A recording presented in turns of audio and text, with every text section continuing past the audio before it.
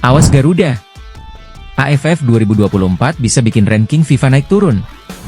Pelatih Belanda, Timnas Indonesia makin mendunia. Pertama di Indonesia dan Asia Tenggara, Indra Syafri cetak sejarah program FIFA. Sobat Garuda, Timnas Indonesia siap bertarung di ASEAN Cup 2024 dengan membawa mayoritas skuad muda U22. Tapi, nih ya, meski turnamennya di luar kalender FIFA dan jadi ajang pemanasan, hasilnya ternyata bisa banget pengaruhin ranking FIFA kita. Jadi, main-main? Jangan harap. Tim muda, tapi jangan anggap enteng. Kali ini, Coach Shin Taeyong lagi bikin eksperimen. Tim utama fokus buat putaran ketiga kualifikasi Piala Dunia 2026, sementara ASEAN Cup jadi ladang uji coba pemain muda buat persiapan ke SEA Games 2025. Cerdas? Banget. Tapi tetap aja, gak ada alasan buat tampil setengah-setengah. Kenapa? Karena sekarang ASEAN Cup udah diakui FIFA sebagai turnamen resmi kategori A. Artinya, poin yang kita dapat, atau hilang, bakal langsung memengaruhi ranking dunia. Ngomongin poin, menang, imbang, atau kalah? Sobat bola tahu nggak, cuma satu laga pertama lawan Myanmar aja udah ada perhitungan poinnya. Menang, 1,8 poin. Lumayan, kan? Imbang, 0,7 poin. Aduh, rugi dikit. Kalah, 3,2 poin. Wah, jangan sampai. Padahal baru bulan lalu kita naik 5 tingkat ke posisi 125 dunia. Kalau asal main di ASEAN Cup, bisa-bisa kita balik lagi ke posisi lama. Jadi, yuk kita harap para pemain muda ini main maksimal demi nama bangsa. Apa kata dunia? Menurut akun ASEAN Football di platform X, dulunya Twitter, pengakuan FIFA atas turnamen ini jadi tonggak penting buat sepak bola Asia Tenggara. Pengakuan FIFA terhadap Piala ASEAN menunjukkan pentingnya kompetisi regional kita di panggung global, kata mereka. Bukan cuma pemain, penggemar juga sekarang punya ekspektasi tinggi. Jadi, persaingan di ASEAN Cup ini bakal makin ketat. Jadwal Timnas Indonesia di ASEAN Cup 2024. Nah, biar nggak ketinggalan, catat jadwal Timnas Garuda. 9 Desember, Myanmar versus Indonesia. 12 Desember, Indonesia versus Laos. 15 Desember, Vietnam versus Indonesia. 21 Desember, Indonesia versus Filipina. Grup B ini nggak main-main, loh. Selain Myanmar, ada Vietnam yang jadi mimpi buruk kita di semifinal edisi sebelumnya. Plus, ada Filipina dan Laos yang bisa bikin kejutan. Menurut kamu, siapa pemain muda yang bakal jadi kunci di turnamen ini? Arhan Kakak? Marcelino Ferdinand? Atau malah ada nama lain yang kamu jagokan? Beralih berita lainnya, pelatih Belanda bicara belak-belakan, Timnas Indonesia makin mendunia. Sobat Garuda, makin kesini Timnas Indonesia makin bikin bangga. Setelah menang dramatis 2-0 lawan Arab Saudi di Stadion Utama Gelora Bung Karno, dunia mulai melirik perjuangan skuad Garuda di kualifikasi Piala Dunia 2026. Salah satu yang ikut terpukau adalah Jeffrey de Visser, asisten pelatih FC20 yang kebetulan juga jadi mentor back kita, Mees Hilgers. Timnas Indonesia dapat spot League Dunia. Jeffrey, yang punya darah Sunda. Wah, ada bau-bau lokal nih, gak ragu kasih pujian setinggi langit buat perkembangan tim kita.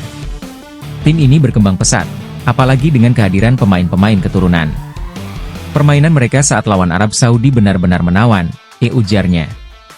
Jeffrey juga bilang kalau peluang Indonesia buat tampil di Piala Dunia 2026 masih terbuka lebar. Bayangin, kita sekarang ada di posisi ketiga grup C dengan koleksi 6 poin. Tinggal jaga momentum, siapa tahu mimpi main di Piala Dunia beneran jadi kenyataan.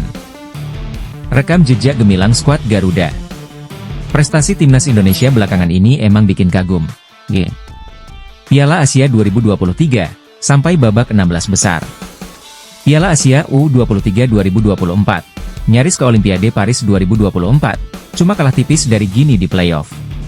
Kemenangan lawan Arab Saudi, jadi pembuktian meski beda peringkat FIFA jauh banget. Ranking FIFA kita juga naik ke posisi 125 dunia, meninggalkan masa-masa suram di angka 170-an. Perkembangan yang nggak main-main. Jeffrey bilang perkembangan ini nggak lepas dari pelatih seperti Shin Tae-yong dan masuknya pemain keturunan yang kasih warna baru buat tim. Mereka adalah tim yang terus berkembang dan mulai jadi perhatian dunia. Sangat indah melihat mereka semakin kuat, tambahnya. Sebagai pelatih Belanda yang punya darah Indonesia, Jeffrey jelas bangga. Dia optimistis timnas kita bakal terus bikin kejutan di pentas internasional. Kamu setuju?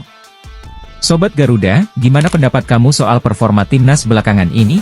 Apakah Mesilgers dan pemain keturunan lainnya jadi kunci buat ngangkat level permainan kita? Beralih berita lainnya, Indra Syafri cetak sejarah di Zurich, lulus program FIFA Technical Leadership Diploma. Halo Sobat Bola! Ada kabar keren nih dari Direktur Teknik PSSI, Indra Syafri, yang baru aja bikin Indonesia bangga. Bukan di lapangan hijau, tapi di podium internasional. Pada 5 hingga 6 Desember 2024 lalu, Coach Indra resmi diwisuda di Zurich setelah menyelesaikan FIFA Technical Leadership Diploma. Pertama di Indonesia dan Asia Tenggara. Indra Syafri menjadi orang pertama dari Indonesia, dan bahkan Asia Tenggara, yang lulus dari program prestisius ini. Program ini nggak main-main, berlangsung selama 18 bulan sejak Mei 2023 dan melibatkan kursus di berbagai negara seperti Brasil, Jepang, Belanda, hingga Swiss. Menurut FIFA, diploma ini dirancang untuk mencetak pemimpin teknis sepak bola yang diakui secara global. Artinya, Coach Indra sekarang punya paspor kepemimpinan sepak bola kelas dunia. Diploma ini akan semakin menguatkan perkembangan sepak bola Indonesia, dengan para pemimpin di bidang teknis yang memiliki kualifikasi secara global, kata Indra Syafri. Dukungan dari Erick Thohir dan FIFA. Ketua Umum PSSI, Erick Thohir, nggak ketinggalan kasih apresiasi. Semoga ilmu dan pengalaman yang didapatkan bermanfaat buat pengembangan sepak bola Indonesia di masa depan, ucapnya. Dari pihak FIFA, Steve Martens, Direktur Pengembangan Sepak Bola Global, juga menegaskan pentingnya pemimpin seperti Coach Indra.